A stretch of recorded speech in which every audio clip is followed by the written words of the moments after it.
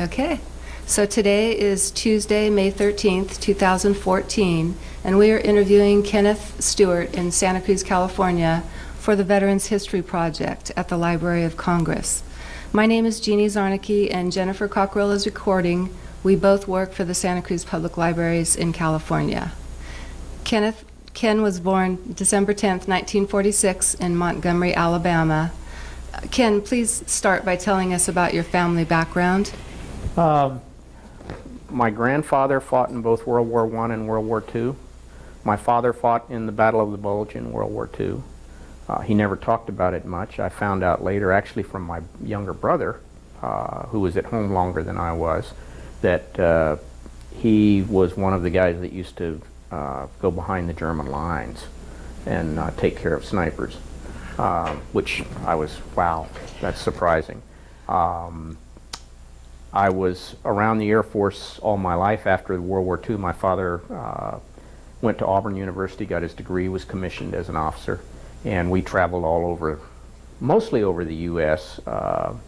We had one tour in Izmir, Turkey for 2 years, which is where I went to high school. For my sophomore and junior year, I was in a class of 29, and then we got transferred back to San Bernardino. And I went from a class of 29 to a class of 1,500 at Pacific High School. And incidentally, our high school class is having a 50th reunion this fall. I don't think I'm going to attend, to be honest. I hardly know anybody in that class. I've had several reunions from all the people that were in Turkey that I went to school with, of all grades, and those have been great because everybody was very close. Everybody knew each other. But in any event, I've been around the Air Force all my life until I decided to separate from it. My wife, same thing. My family moved every 4 years. My wife, I think, when her father retired at 30 years of service, they had moved 22 times. So he was, my wife's father was, flew B-29s in World War II in the Pacific. He was actually kind of the backup to the Enola Gay. And had a long career, 30 years back in the U.S. He was a very, very young full colonel at 28 years old. He was one of the unit commanders at Roswell when the spaceship landed. I always get a kick out of that. I realize that's a great source of revenue for Roswell now, but my father-in-law, until the day he died, swore to me that it was a weather balloon. He flew the remains of the balloon to San Antonio. He's got pictures of it. It looks like a weather balloon to me. But I've always kidded my wife because she was born 9 months after the incident. And we always joke with her mother, then, yes, we know what happened. So in any event, my younger years were always associated with the Air Force. Not that I necessarily knew everything the Air Force did, but I can remember as a young child seeing one of the first flybys of the Thunderbirds, and back then they used to do an occasional supersonic flyby. And I can remember as the planes went by, I didn't hear anything, and I turned to my father and I said, "Dad, why can't I hear anything?" He said, "Just wait." And then there was a boom. Years later at the Air Force Academy, when Robin Olds, who was a Vietnam ace, came and became our commandant, we had a flyby one day by F-105s, which was a single-engine supersonic bomber used primarily in Vietnam. It was a very rock-solid bomber, but a lot of those guys got shot down. But they did a flyby. We were all out on the terrazzo in formation, and they came over very low, like at about 50 feet in formation, and I saw them pop. You could see the hospital. The academy's built on hills, and you could see the hospital on another hill far away from where we're standing, and I saw them come up over the hospital and go back down. As they got closer, I didn't hear anything, and I thought, uh-oh. And sure enough, they had slipped into the supersonic range. And as they went over, then the boom hit. It actually knocked a few people over, but it on one side of the dining hall and the entire side of the dormitory we were standing in front, it knocked the windows out. And that's a pretty good knock because those windows were built to withstand gale force winds in the winter there. So they flex. when the winds blew in the winter, you could see the windows flex in and out, and they were just shards hanging there. It was quite impressive. Needless to say, they kind of clamped down a little bit on the flybys after that. But in any event, from a young boy, I always wanted to go be in the Air Force. I was up in Denver at Lowry Air Force Base when the first class entered for the academy, and Dwight Eisenhower was there, the president, to announce the first class. I got within about as close as we are. Secret Service didn't care; they're kids. And from then on, I wanted to go to the academy. So that was my plan all through high school. Tried to play as many sports, be involved in as many activities, although I just enjoyed that anyway. And my senior year at Pacific in San Bernardino, my parents were legal residents of Alabama. Being in the military, you can claim a legal residence anywhere you want. And so I had applied to you apply to congressmen, senators. There's a wide open nomination category called a presidential nomination, and anybody in the country can apply for that. Needless to say, competition there is a little bit steep. So you want to get nominated by a congressman or a senator. And so I wrote to them all, and one congressman sent a note back and said, I am going to be in my office on December 26th receiving candidates for an appointment. And here I am in California, and I thought, oh man, you couldn't pick a worse day. But I got on a Greyhound bus and rode across the country to my grandparents. On the way, we ran into a freak snowstorm in Shreveport, Louisiana, of all places, and missed the connecting bus and had to spend the night in the terminal there. But anyway, got in. Spent Christmas with my grandparents, and we drove up to Birmingham the next day to meet with the congressman. Now, I walk in the room, and there's 15, 20 guys sitting there waiting to meet. I thought, oh, lovely.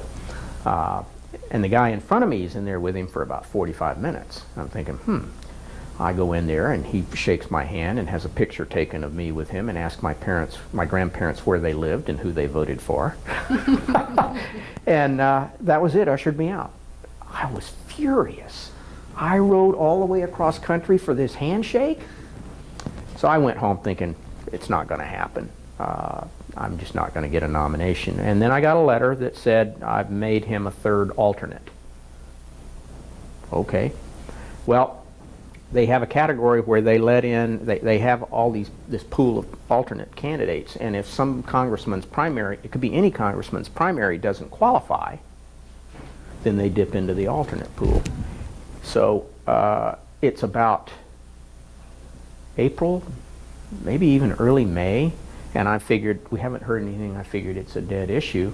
And an airman down in San Antonio calls my father and says, Colonel Stewart, my name is Kenneth Stewart, and I'm an airman, and I got this letter from the Air Force Academy, and I think it's for your son. And sure enough, I'd been accepted as a qualified alternate, and if it wasn't for this guy digging around and figuring out, and back then you didn't have an internet to do that with, we would have just, I figured I'd go to San Bernardino Valley College for a year and reapply and try and get in the next year. But I got in. So in June of 1964, that's kind of a funny story. I hope I'm not giving you way too much detail. But it's okay. so we get out there, and my grandparents all come out to see me enter the academy and everything. And so you drive up to, there's a portal down below where the parking lot is, and there's this, it used to say bring me men. They changed that once they admitted women, although I think it was great that they admitted women. We needed them when I was there. But I thought the message was not bring me men, it was bring me people that are of brave courage, etc. But in any event, it was over this portal, And I said, well, I'm just going to go upstairs and see where I have to go. I'll be back down. And so they said, okay. So I went up there. That was the last they saw me for 6 months, because they grab you and that's it. You're in their clutches. So fourth class year is a tough year. There's a phrase that goes around Academy grads, Whitley, which stands for "We had it tough last year," and everybody always believes they had it tougher their year than anybody else. But it's a tough first year.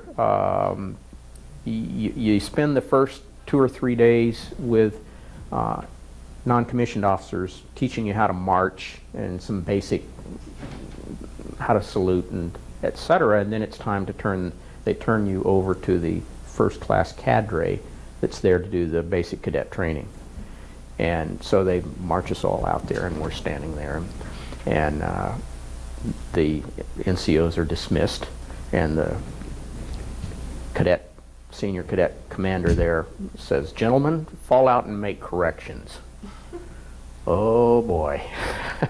The yelling, the shouting, etc. begins, because there is nothing we're doing right. To the reference desk. Name to the reference desk, please. Thank you. So anyway, no hazing, although probably the definition today might include some of what went on, but I wouldn't call any of it hazing. It was just, they're taking you and they're remolding you into something else. They take everything you have away, including your underwear. They literally give you everything you need. Your toiletries, all the clothes you're going to have for the next year. You cannot wear civilian clothes, except if you're home on vacation. That's the only time. You can't even do it as a fourth classman if you're off the property on what was called a privilege. And the first 6 months you don't get any of those anyway, or didn't. I don't know what they do now. And then every year you get a few more. There are things called off-duty privileges, which usually starts after the Saturday parade and runs until, what did it run until? 12:30, I can't remember, on a Saturday. And that was the only time you could do that as a fourth classman. And then later on you got what was called you could get a weekend where you could go off Friday or Saturday and Sunday, and then you could have an extended weekend as a first classman where it went Friday, Saturday, Sunday, and you didn't have to go to the parade. Hate parades. You had to wear a parade uniform for a parade, and it's in, where's this picture right here? That's basically the parade uniform. You can see, and it has a very high starched white collar like a cleric would wear. It's very uncomfortable. Parades, you march out there, you're carrying a rifle, and I stood out there in thunderstorms, and you're just waiting for them to say pass and review so you can get the thing over with. You're wearing white gloves. There's a lot of things you get used to, but once again, they're molding you into what they want you to not necessarily believe, although I think the military in general does not necessarily inspire creative thinking, outside the box thinking. It tends to want things to be the way they've always been done, which is one of the reasons we had, in my opinion, so many troubles in places like Vietnam, because we tried to fight it initially like it was World War II. It was a civil war, but that's neither here nor there. So in any event, I went through 4 years there, majored in international affairs and political science. At the time, I always thought it'd be neat eventually to be in politics, and now I wouldn't touch it with a 10-foot pole. I was on the pistol team, and I was an All-American on the pistol team. We set a national record. It was a lot of fun. I really enjoyed that. I have not picked up a pistol and fired it since. And I have a whole collection which I've inherited. It was, I think, a good source of discipline, because you have to be very disciplined and you have to really focus when you're firing a pistol in competition. I almost made the baseball team. Got cut in the last cut, but I'm really not big enough to be a college basketball or baseball player. We played Everybody had to play intramural sports. Squadrons competed. It included tackle football. They suited you up in full gear, and you went out and played tackle football. We had boxing. We learned to play handball, racquetball, squash, volleyball. That wasn't my best sport. I'm a little too short for it. But they do their best to build a well-rounded individual physically and mentally. Every year we had to take something called a physical fitness test, which involved how many push-ups you could do in a minute, how many sit-ups you could do. You had to go run a certain distance within a certain amount of time. It was demanding. If you flunked it, you had to go through a whole set of remedial training to get up to speed, and it was and in any phase, it was always interesting because some guys that were actually extremely fit. I knew one guy who was on the water polo team. Now, you know, water polo demands a lot, but it was a different kind of endurance, and he couldn't do the run. He had to work on that. So very interesting. We had some good varsity athletic teams. When I was there, Ben Martin was the coach of the football team. We didn't have a winning season the whole time I was there. So we had 2 honor scandals, one in my 4th class year, which involved upperclassmen that had violated the honor code by stealing exam, and a number of people got caught. And then there was one in my class later on, and a number of my classmates left. Sad thing. The honor code is pretty straightforward. We will not lie, cheat, nor steal, nor tolerate among us those who do. And we had an honor committee, and they sat on, if somebody was charged with an honor violation, they sat on this committee and listened to all the evidence about what happened. If they judged the person guilty, obviously it was reviewed by officers, but if they judged them guilty and they didn't qualify for something called tolerance, they left the academy. And in most cases they still had a commitment to the military, because you have a commitment once you enter there. The attrition, we started with believe about 1,200 cadets in my class. I think we graduated, I've got the number somewhere, 900, something like that.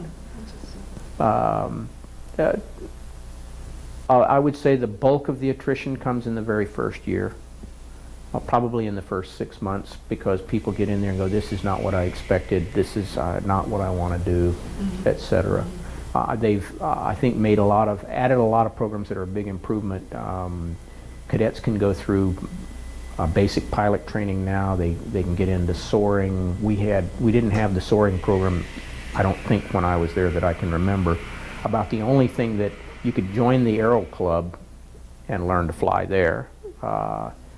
And we did have a skydiving team. In fact, a cadet that was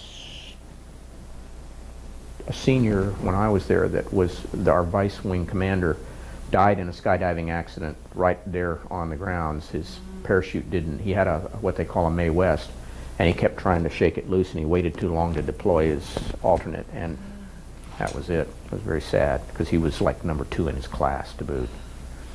So then we had graduation, and this picture is, I'm now a brand new second lieutenant. That's my future wife. We were engaged at that point, but we didn't get married until August 10th of that year. So we've been married now, it'll be 46 years this summer. Congratulations, that's great. So off we went to, we got married, by the way, at Edwards Air Force Base. Her father was the base commander there. It was kind of neat. There were some astronauts. Oh, well, not astronauts. Well, I guess they'd be called astronauts now. Some of the test pilots were involved in the wedding. It was a big wedding, married by Chaplain Makepeace, and I've always thought that's a wonderful name for a chaplain. And off we went. Our honeymoon consisted of driving across the southern U.S. I had a 19, what year was it? 63 Jaguar XKE. Yeah, yeah. Well, I got it used. Everybody else there bought Corvettes. I paid the price for that later because my wife has a Corvette now. But off we went. No air conditioning. August, across the southern part of the U.S. to get to Selma, Alabama for pilot training.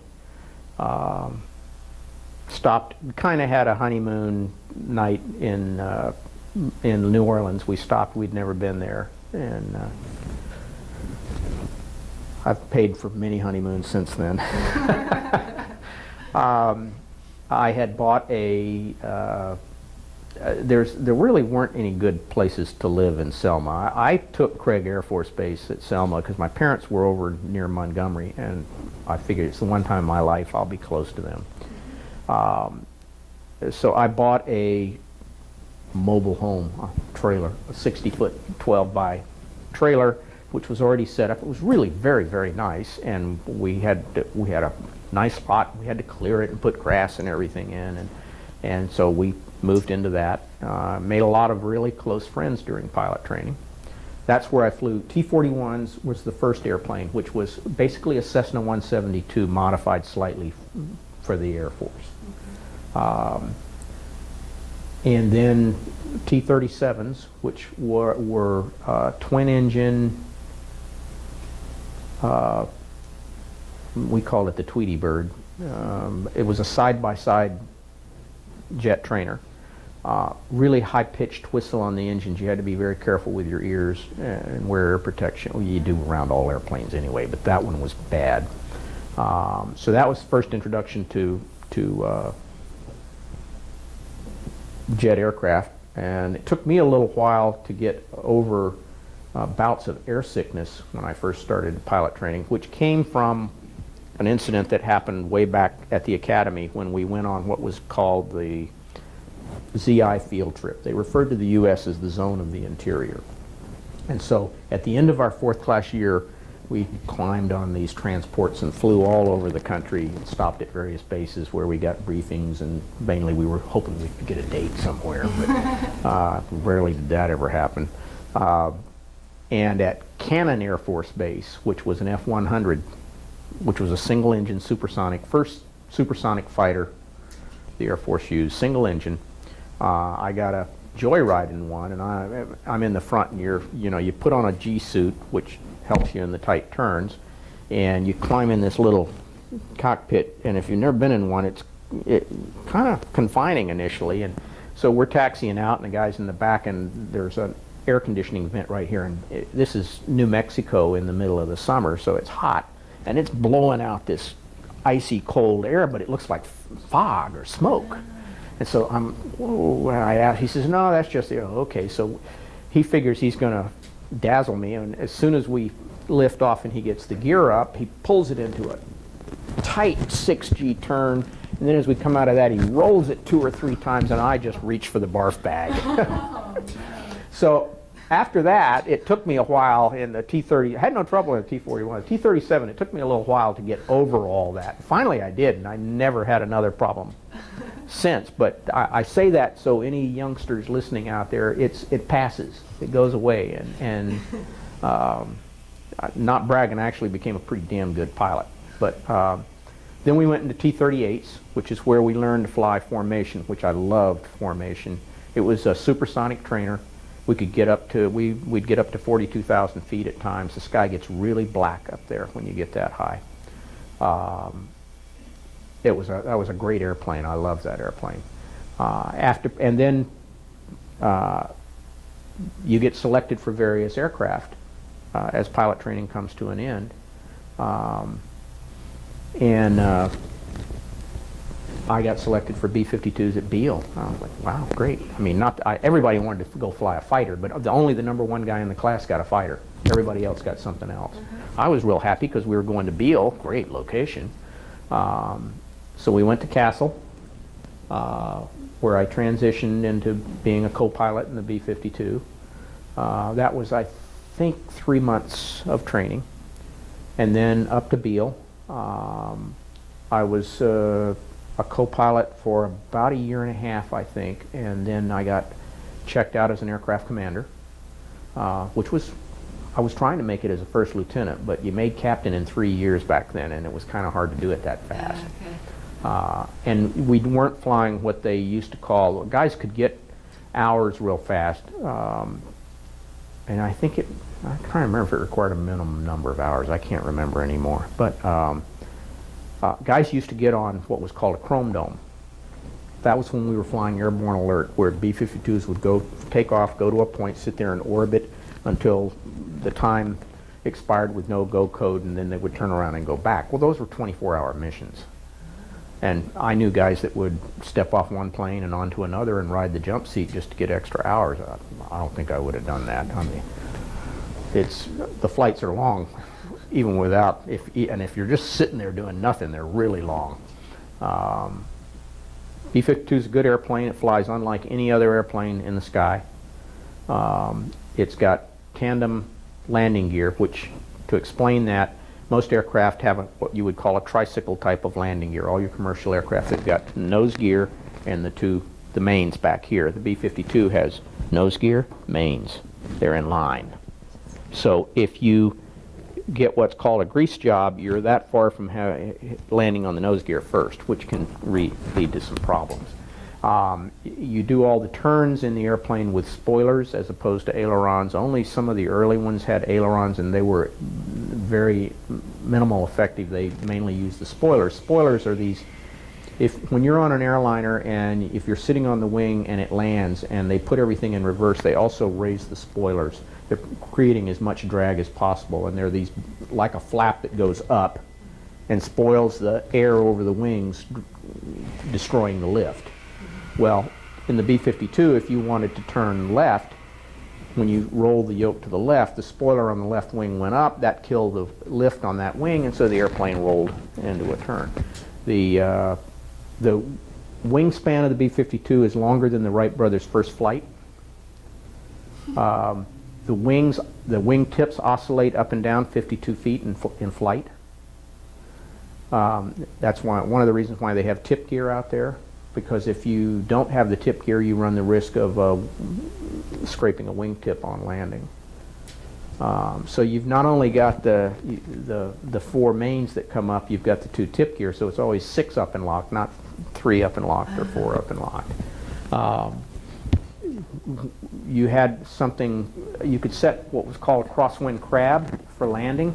So you had this wheel here, you lift it up and you turned it, and it literally turned the landing gear. So if I've got a wind coming off this way, I would turn the wheels to the right so that my nose is pointed into the wind, but my gear is still going straight. So you could literally take a 90-degree wind at 45 knots. You would be 45 degrees looking out this way, and the runway's there as you land it. It's takes a little getting used to, but it's very effective. But it does, you could be looking out the co-pilot's window when you're landing because of the wind. Airplane was designed to be a high altitude bomber, 40,000, 42,000 feet. They quickly found out that high altitude was going to be a problem with surface-to-air missiles, so they transitioned it. Everything we were planned to fly was going to be low level down at 200 feet. So we practiced, most practice flights were 12 to 14 hours long. You'd take off, you'd fly, you'd go up and you'd hook up with a tanker and take on gas. Then you would fly what was usually a navigation leg, celestial nav, boring, but fun for the navigators. And you couldn't, I mean, you had to keep it perfectly level and no turns, et cetera, et cetera. And then you would drop down to a low level, and that was fun. The airplane, when you get down below about 500 feet, you start getting the pressure from the air under the wings and the fuselage starts trying to push you up. So when you get it down to 200 feet, you're literally pushing forward on the yoke to hold it there. We had some fun flights, some routes called poker deck routes where we were lower and not under so much radar control, especially out over the desert. We had one, was always a lot of fun. It was somewhere out over Nevada, and one part of it, we came over this intersection of 2 roads, and there was a truck stop there and a little diner. And a B-52, when it comes in low level, you don't hear it and you don't see it, and then all of a sudden there's an aluminum overcast coming at you. And we would be flying down and we'd see the diner coming up over the hill, and okay, and just as we'd pop up over the hill, we'd open the bomb doors. Of course, we had nothing in them. And you could see people bailing out of the diner as we went over. We had our chances to have some fun. Over South Vietnam, flying the B-52, we carried about 64,000 pounds of bombs, which if you compare that to a B-17, I think it was about 6 or 7 times what they carried. It had a devastating effect wherever it hit. I think we killed a lot of monkeys in the jungles, to be honest. We had a few runs in South Vietnam. Most of ours were up right on the South Vietnam, North Vietnam border in an area called Mugia Pass, which was where the Ho Chi Minh Trail came down through there. I think all we did is blast the trail bare for them, but who knows. But that's where I flew most of them in the B-52. If a SAM ever came up and threatened the B-52 then, they'd shut down the route for a while until they made sure they had neutralized it or figured out, I assume this is for me. Yes, a SAM? Surface to air missile. Okay. The SA-2s were what the Russians were supplying with the Vietnamese. It's a radar-guided missile up to a point, and then it has, once it gets locked on, then it will guide itself on in. If you can see it and if you're maneuverable enough, it's easy to evade as long as there's not too many of them. If you don't see it and you don't know it's there, you're kind of up the creek. So after B-52s, transitioned into EB-66s, had to go through T38 training in somewhere in Columbia, South Carolina. Got to spend a couple of weeks on the beach. My wife was about 8 months pregnant at the time. I remember we were looking for a place to stay because they didn't have any room in the BOQ, Bachelor Officers Quarters, for us. And we're walking around, and she goes to this one motel, which is right on the beach, and the guy was in the reserves, and he says, well, I couldn't rent it to you for less than $8 a night. And we're like, we'll take it. And we could walk out on our balcony and look at the beach. That was fun. And then we moved up to Sumter. Shaw Air Force Base is where EB-66 training was. And that was a fun airplane. Very much built and designed not long after World War II. Round dials, as we refer to them inside. Nothing really digital, nothing digital, electronic, etc. It's very old navigation instruments. It had a yoke instead of a stick, but I could fly formation in it, and I could fly it like a fighter. I could roll it. I came in and in a fighter, when you come into land and it's visual, you do what's called a pitch. So if this is the runway I'm going to land on, I come in straight down the runway, and right about the middle of the runway you roll into a 60-degree bank until you're headed back the other way, and that's the downwind. And then somewhere in here you drop the gear, you start a slow descending turn, you get the flaps down, and you come back in and land. Well, you did that with B-66 too, which was great, even though it was a big twin-engine plane designed originally as a tactical bomber. Refueling was different. The B-52 does what's called stiff boom refueling, and I don't think I have a picture of that. That's an EB-66 refueling there. Stiff boom, if you look at this picture, you can see this boom down here. In a B-52, you drive up and you connect right behind the pilots. The boom sticks into a receptacle there, and then they pump gas onto you. In the EB-66, it's called probe and drogue. So, and the Navy still uses that.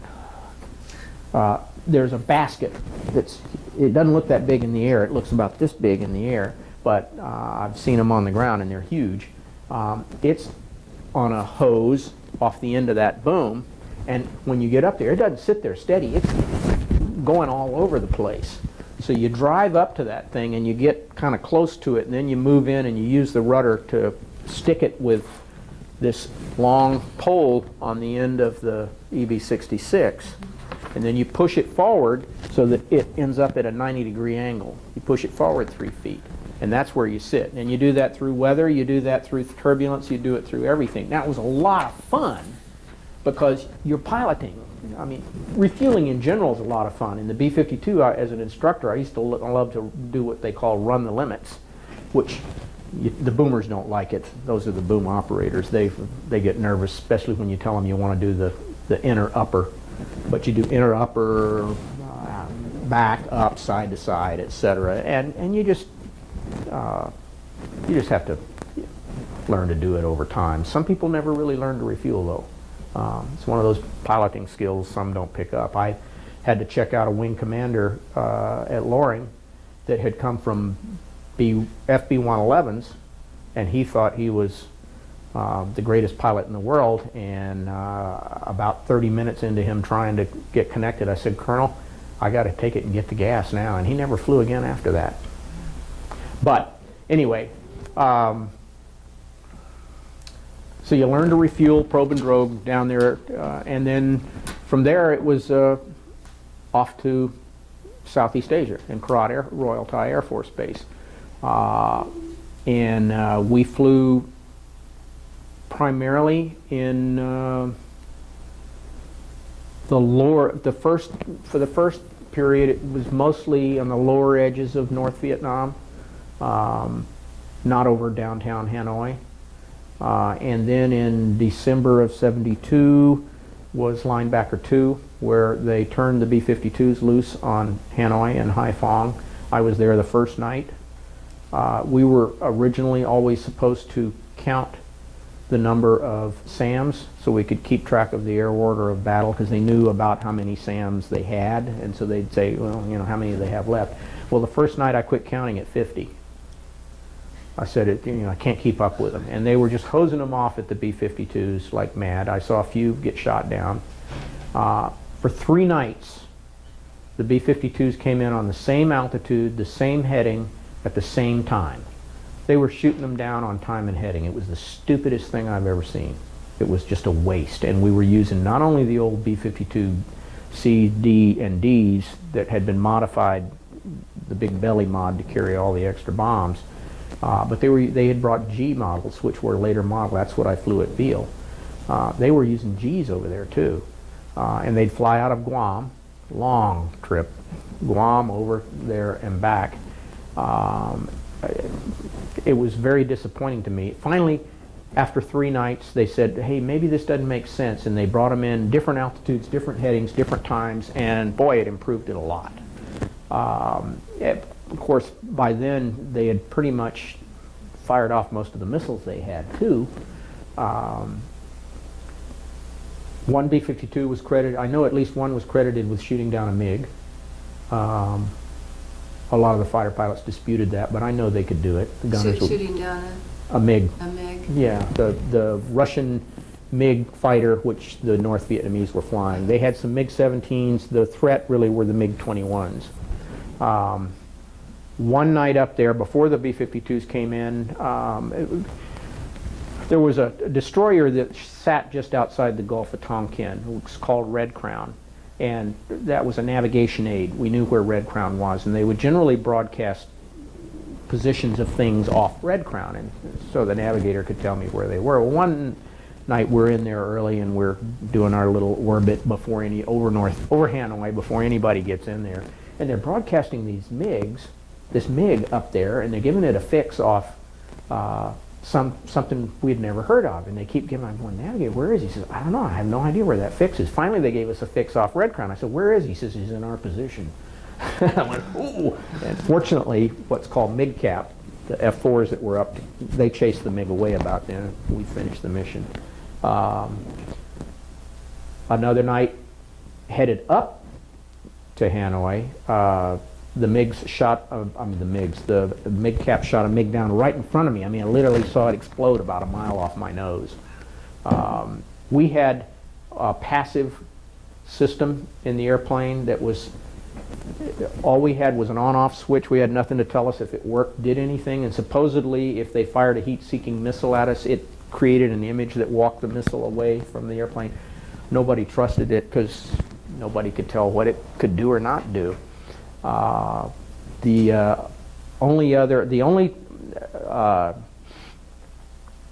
had two incidents with SAMs being fired at me that I would call white-knuckle events, where the first one was the first time a SAM was fired at me. Most of the time they were firing at the other airplanes, and I'm just watching them. But this one I watched coming up, and it was kind of close. And then it bent over, and it was obviously, because they would go up and they would level off generally and start coming at you. And I'm watching. You steer toward it when it's fired at you. You turn towards the missile. And then I realized, oops, and you roll into something that's called a modified split S. So you basically roll the airplane on its back and you pull through. And the SAM can't keep up with you.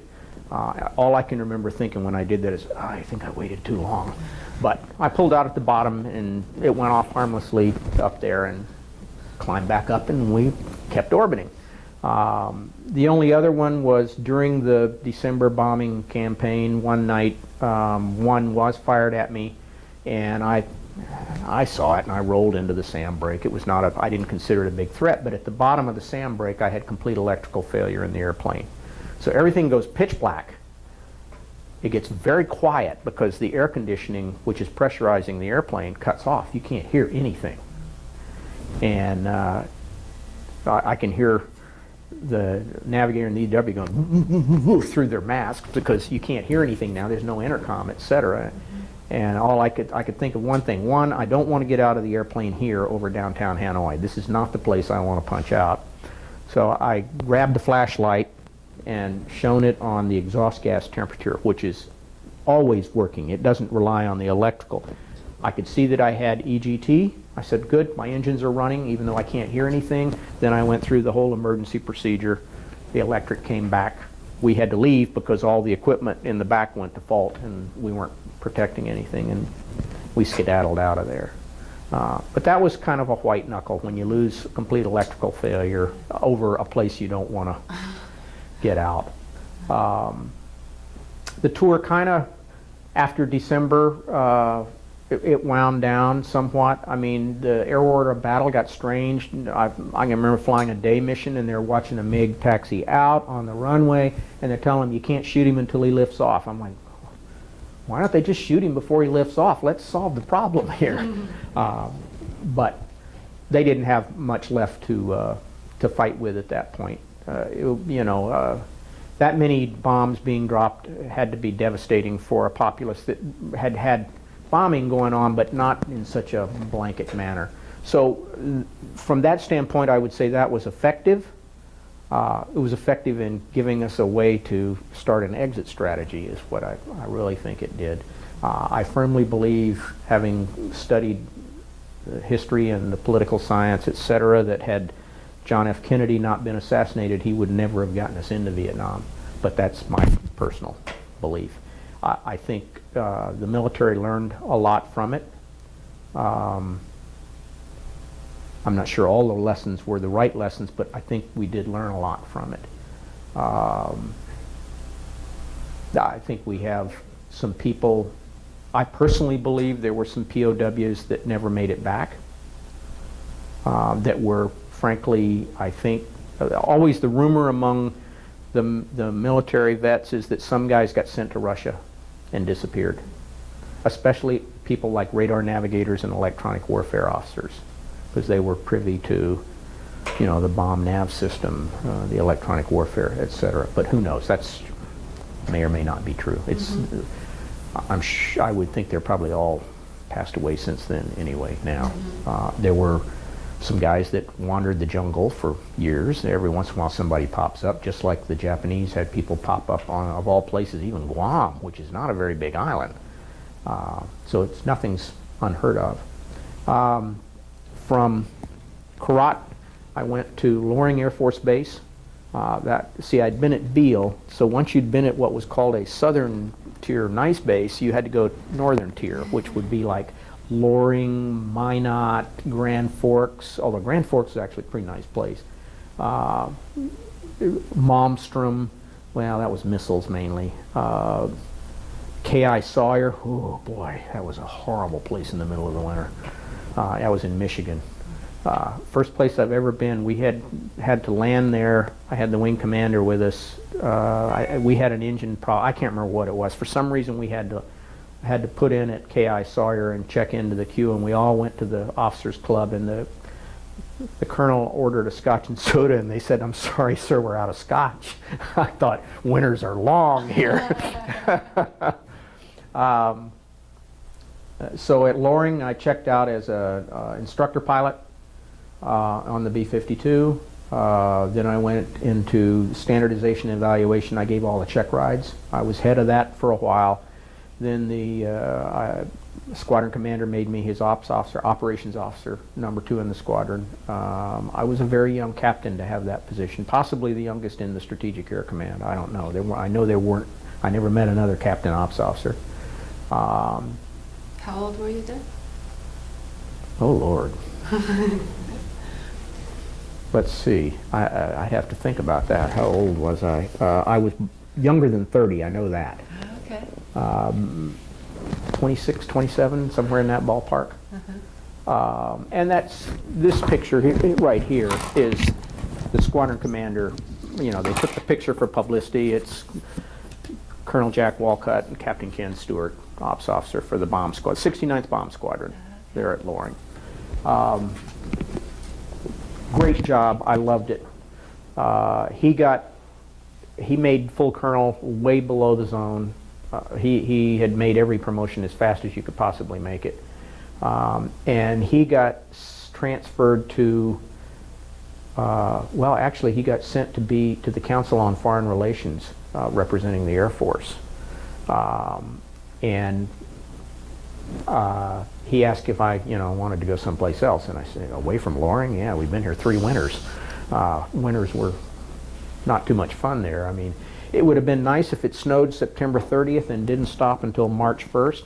The problem is it would come in and it would dump 30 inches of snow, and then it'd warm up to 50 degrees, and then it'd drop to 25 below.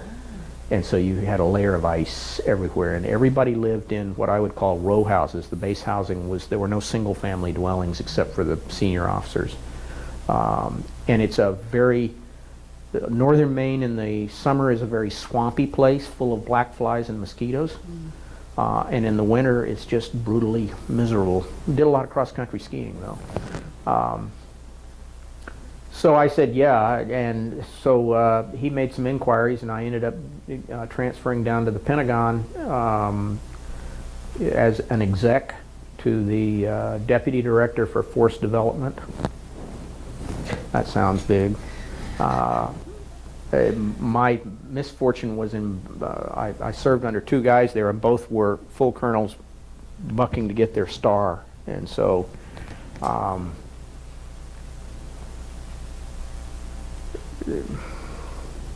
don't know. Anytime somebody's primary goal is to get the next promotion, I guess that says enough. Then he got transferred back to the Pentagon. He was on the chairman's staff group. That's the chairman of the Joint Chiefs of Staff. And then he served on got picked to be one of the staff members on the National Military Command Structure study, and brought me down there as the exec for that. So I did that till we completed that study and turned it into Dr. Harold Brown. I worked for some fascinating people. The civilian that was in charge of it, Richard Stedman, was a fascinating man, and it was the first time I really had a lot of interaction with the civilian world. He was a venture capitalist out of New York City, worked for the James H. Whitney Company, and bought and sold companies and ran them over the phone. Storage Tech was one that he bought and ran, which later got bought by Sun Microsystems. He was originally from Hawaii, where his family owned a great chunk of Hawaii. Fascinating man. When he finished the study, he and his wife went up to Alaska and spent 2 weeks kayaking down one of the rivers, which is something I'd love to do, but I think it's a brave thing. I got to meet some fascinating people working as his exec that he had to interview. Maxwell Taylor, I got to meet him. Very nice gentleman. I got to meet Clark Clifford. He was interesting because I called up to make the appointment, got his secretary, and she said, "Oh, just a minute, Mr. Clifford schedules all his appointments, and next thing you know, I'm talking to him." That's great. So that was a fun job. And then when that ended, they asked me to stay on for the next study that came up, which was the defense agency study. So they were studying all the defense agencies. I got to make some contributions to that one rather than just being an exec.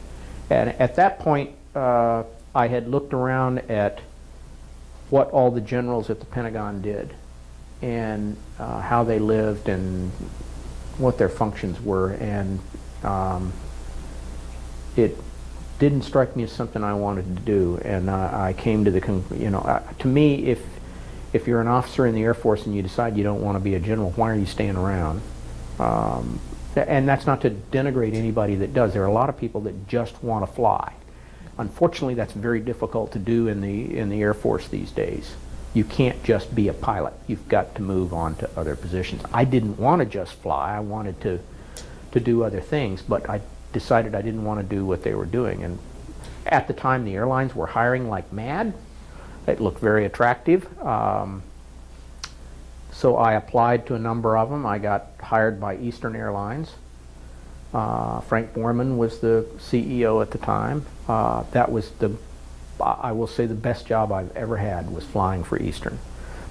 Starting out as a second officer, where I'm just running the panel back there, then as a co-pilot. I was about ready to upgrade to captain when we ran into Frank Lorenzo, and that ended Eastern Airlines. It was just a wonderful job. There's nothing more satisfying than knowing that you've flown a comfortable flight for the passengers in the back. You've brought them back safely, landed it, hopefully greased it on, and they never thought anything about it, and regardless of what you went through. And I had some white knuckle things flying in the airline too. But once Eastern ended, then I got into information technology sales, which is where I spent most of the rest of my career in various positions. I ended up as a vice president of sales and operations for a small company on the East Coast. Unfortunately, I had fortunately or unfortunately, it depends on how you look at it, I had no control over the finances of the company. It's a good thing because I wasn't liable for anything, because the owner was treating it as a lifestyle company and stopped paying bills, and so it ended up getting bought by somebody. And about that time, my wife and I said she had worked for the City of Falls Church Library for 30 years. She brought them, she was their system administrator, and she took them from the card catalog up through 2 or 3 different system upgrades. She's very familiar with what you've just brought up here. They didn't pick that one, they picked another one, but she went through several. In fact, she was president of one of the users groups for a year or so. So we came back here in 2011. We're on family property that's been in the family since about 1948. We've got 5 acres with an apple orchard. Nice. It's a full-time job. Not so much the apples. You can't do anything with apples anymore. You can't sell them. Nobody wants them. Yeah. There's too many of them. The trees some of them are I think, close to 100 years old, so they're slowly dying. We're trying to replace them with olives and things that don't require a lot of maintenance. I used to think I'd want to put a vineyard in there, and then I found out, I know Ryan Beauregard of Beauregard Wines, and you know, their joke is, you know how to make a small fortune in wine, start with a large fortune. And they work really, really hard. And I said, no, we want to travel and see the parts of the U.S. we haven't seen, because we've seen a lot of the world. Something that does come up, people, well, you know, did you get R&Rs when you were in Thailand? Yes, I had 2. One, I flew back here. My wife was, while I was over there, rented an apartment in Scotts Valley, which is where we live now. And I came back because I wanted to see her and my young son, my oldest now, well, my only then, but she came over to visit me for a week when I had another R&R and met me in Bangkok. And that was a fantastic trip. It's kind of a funny story because I had made reservations at the Indra Hotel down in Bangkok in advance, and I said, now I'm not going to get there until about 9 o'clock at night because she's not landing till midnight. She was coming in on a Pan Am, you know, forever from San Francisco. And I get to the hotel and they go, oh, I'm so sorry, sir, we're full up. We gave your room away. And I'm getting ready to be the ugly American. And they go, oh, but we have something, a backup for you, not to worry. So they take me upstairs, and they had given us the royal suite, which we had one end of the hotel. We had windows on 3 sides. And they just kept opening doors and just room after room. And I was like, wow. It had a 4-poster bed. I mean, it was great. So she gets in there and she's like, wow. And of course she's tired anyway. But so the next morning I go, let's go ahead and get moved into a regular room. They're not going to leave us in this. And we go downstairs and they go, oh, no, just stay there. Not a problem. So we had that for, I think we stayed in Bangkok for 3 nights. Saw all the sights there. And then we caught a little flight up to Chiang Mai in northern Thailand. That's where the summer resort was for the king. And once again, great fortune. We check into the room and go downstairs, and I know nothing about Chiang Mai. Bangkok I had been to before. I knew where to get around and how to get places. I could speak enough Pidgin Thai to get by. And I go downstairs and say, we want to take the bus tour of Chiang Mai. You know, we're going to be tourists. Oh, I'm so sorry, sir, it's all full up, but we can get you a guide and a limousine for tomorrow. Like, oh boy, how much does that cost? Well, sir, it'll be $30. Okay, I'll take that. So the next morning we come down there, and here's this young Thai lady who went to school at UCLA, so she speaks perfect English, and a Mercedes and a chauffeur. And for 2 days we got to go out and see the elephants working in the jungles, you know, tour Buddhist temples, of which there's, like in Alabama, like Southern Baptist churches, there's one on every corner. So it was a fun trip. Now flying up there, interesting event, because we're on this little puddle jumper tail dragger, Thai Airways, and of course I got a kick out of it because Thais are not tall people in stature by and large. Most of them are pretty short, and this little pilot gets on there and struts up to the front and gets his cushion out and puts it on the seat. But about halfway up to Chiang Mai, all of a sudden we spiral down and we land at this little airport out in the middle of nowhere, and all of a sudden the camouflage comes off and a bunch of troops get out and climb on the airplane, and then off we go. I was like, well, that's interesting.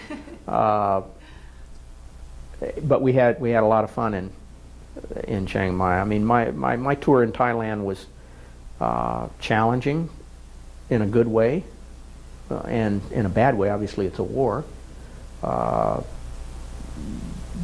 to see a lot of interesting things. A lot of different people. By and large, the Thai people are very, very friendly, very lovely people. They have their issues out in the boondocks with what they would call bandits, insurgents there too.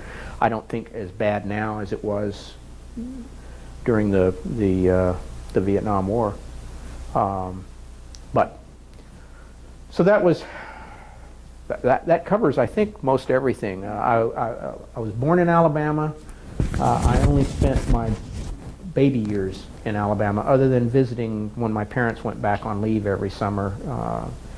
I would get to know all the family members. They were both born and raised in Alabama. Different culture, very different culture. It's gotten more progressive, but it's different. When you came back from Vietnam, was it difficult to readjust to civilian life? I didn't think, well, it wasn't civilian life, mind you, because we were living on base at Loring. We really didn't get involved in civilian life till we moved down to the Pentagon, and we bought a house and lived in a community. Now, I didn't think I had any PTSD issues, anything like that. Now, my wife she says, no, for about a year you'd have nightmares and thrash about. I didn't think I had anything really to have nightmares about. I wasn't on the ground getting shot at. There was no threat on the base at all. The biggest thing that happened at Karat was some guys came in and drove off with the liquor truck that was delivering liquor to the club. But you had some close calls. I had close calls, but it's not like when you're on the ground and the bullets are whizzing. I haven't experienced that, but I wouldn't want to be on the ground with the bullets whizzing past my head. And it's, you know, I know just like in the air, most combat situations only last a few minutes, although they seem like hours. But, you know, I didn't have any issues with that. Adjusting to civilian life was different.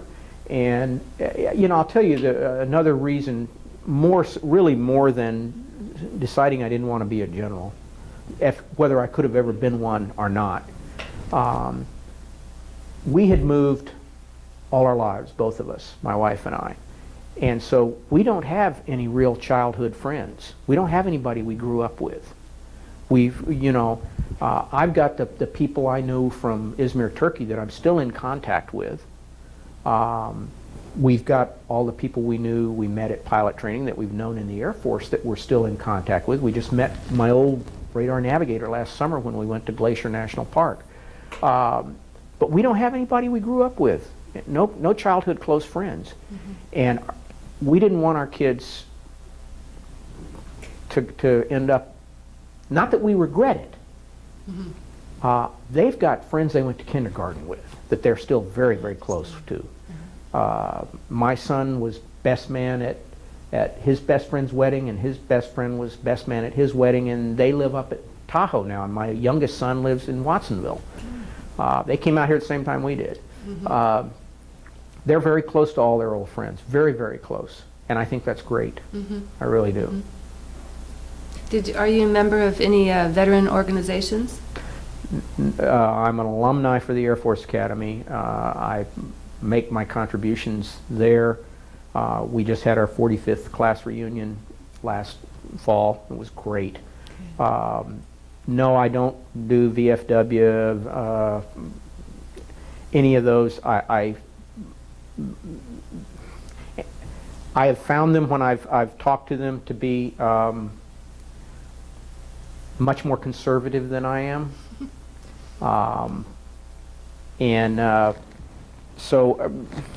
You know, I'm not one that wants to sit around with a bunch of old war buddies and yak about our work experience. I mean, when I get together with my classmates, we rarely ever talk about anything we did in the military. Now, that changed. You know, when over the first 20 years when people get together, you're talking about a bunch of Type A personalities. And so it was always, boy, I've done this, I've done that. Now, and my wife will say, she didn't like the early reunions, but she says now when we all get together, we're all just friends having a good time. And it's not about what have you done lately, it's about, hey, you know, how's it going, what are you doing now? In some cases, you know, what's your latest ailment?